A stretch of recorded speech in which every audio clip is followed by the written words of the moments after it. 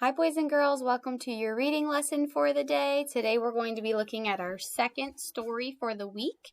And our second story today is called 4 Seasons, 4 Animals.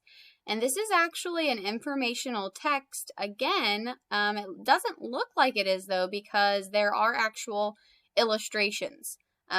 Usually when you read an informational text that is nonfiction, usually it uses real photos. And these are not real photos, so that kind of tricks us a little bit. So I want you to look for facts about what happens to plants and animals during the seasons. And I want you to also pay attention to the headings.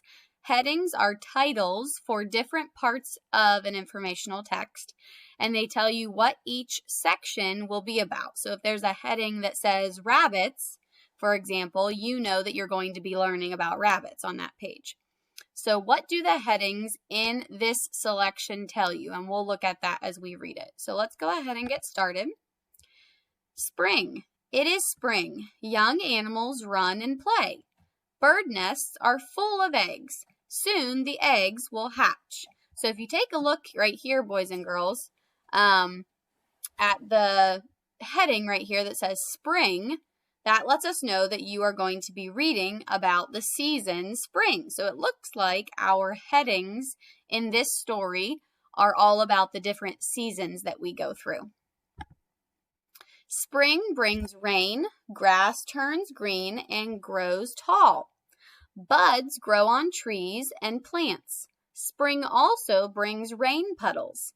Flower buds get wet, and rain helps the new plants to grow. Summer. It is summer. Buds open and flowers bloom in the bright sun. Insects buzz here and there. Now there are chicks in the bird nest. So remember, in spring they were just eggs. Now they're little chicks. Their mother will teach them how to fly. It can get very hot in the summer. Many animals live near the pond. Ducks swim in the pond. Fox pups cool off in the shade. Here we go. We have fall. It is fall. Leaves fall down. Animals get ready for winter. Some animals eat as much as they can. They need to store fat because food is scarce in the winter, and scarce means there's not very much. It's very little. Squirrels and chipmunks gather nuts so they will have enough food for the winter. And we talked about that in our other story as well.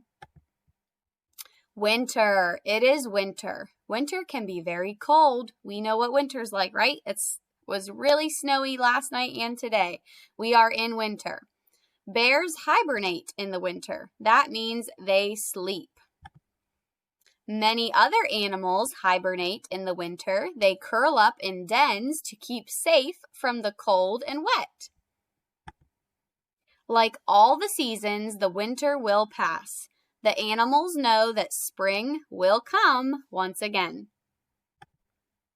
Okay, so what you're going to do now after we read the two stories is you are going to go to Seesaw and complete your Venn diagram that we do each week, comparing and contrasting the two different stories about things that are the same and things that are different. Okay, so go ahead and finish your Seesaw assignment and have a wonderful day.